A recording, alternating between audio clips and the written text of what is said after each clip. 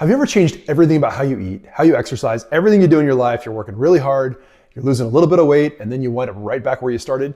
If so, there's a good reason for that. And I'm gonna talk about that today, why that happens and what to do about it, okay? So in a previous video, I talked about 5 simple rules: not drinking your calories, not eating white foods like rice, pasta, potatoes, bread, right? Staying away from fruit sugars when you're trying to lose weight.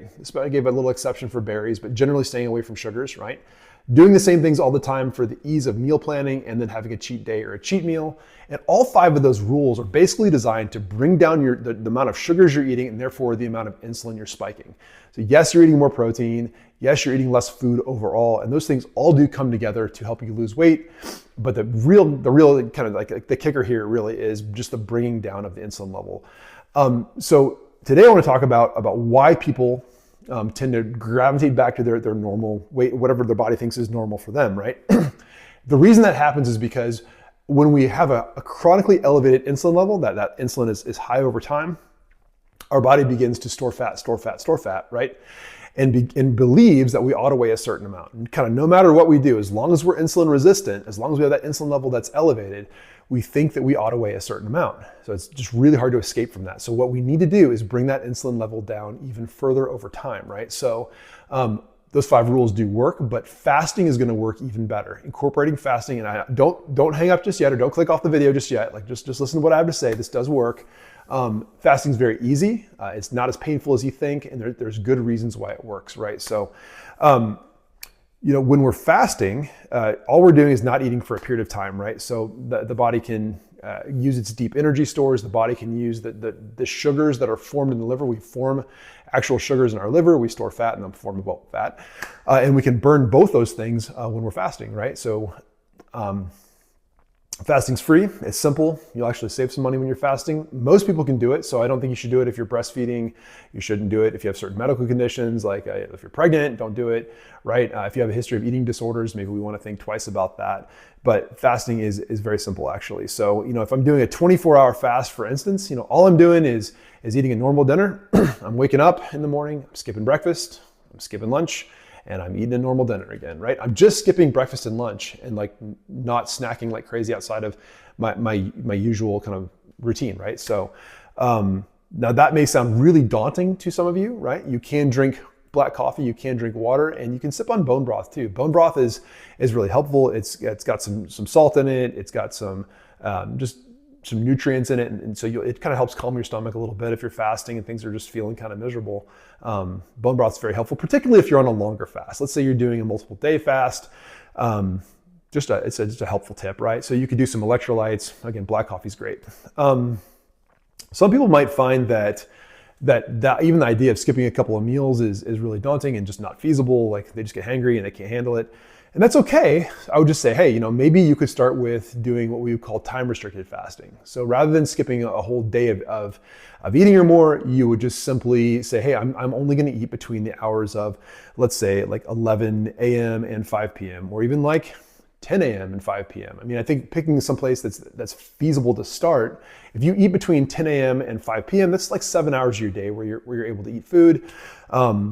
I wouldn't go crazy during that time, but you can put your calories all in that little window of time, and everything before 10 a.m. and everything after 5 p.m. you're not eating, and what's happening during that time is your body is simply not releasing insulin. So you're bringing that insulin level down. And for a lot of people, that time window restricted fasting is just sustainable. It's something you can do. Like it's something that's reasonable. And maybe you snack all the time, and just making the move of saying, I'm not going to eat before 8 a.m. or 9 a.m. and I'm not going to eat after supper if that happens for you at 5 or 6 or whatever it usually is. You're just saying, hey, I'm going to cut out snacking. Like that's a good starting point. I wouldn't call it fasting at that point in time, but I would just say, hey, like just starting to reduce the number of calories and carbohydrates that you're getting outside of normal eating.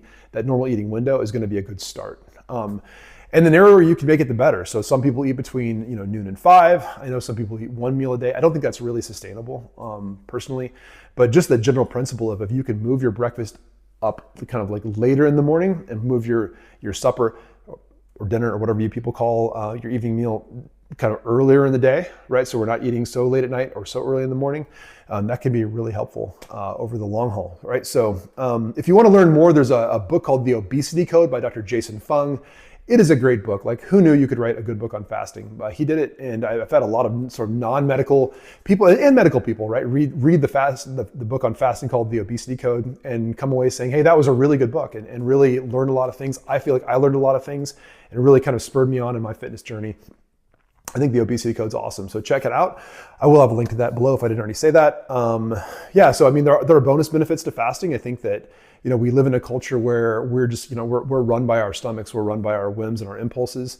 That may not be you, but it's me sometimes, and it's a lot of us, right? So I think fasting builds character. It helps with resilience.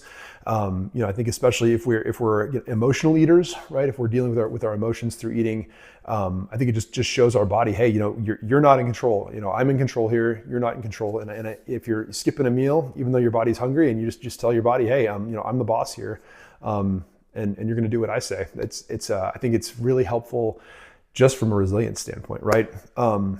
Yeah, so I think that it's also interesting to note that if you fast for longer periods of time, and I wouldn't, if you're new to fasting, I wouldn't just jump in and like start doing a 3-day fast. Like please drink plenty of water when you're fasting. Please prepare for your fast, right? You know, I would start small. I would start with like a 24-hour fast. Most people can handle that.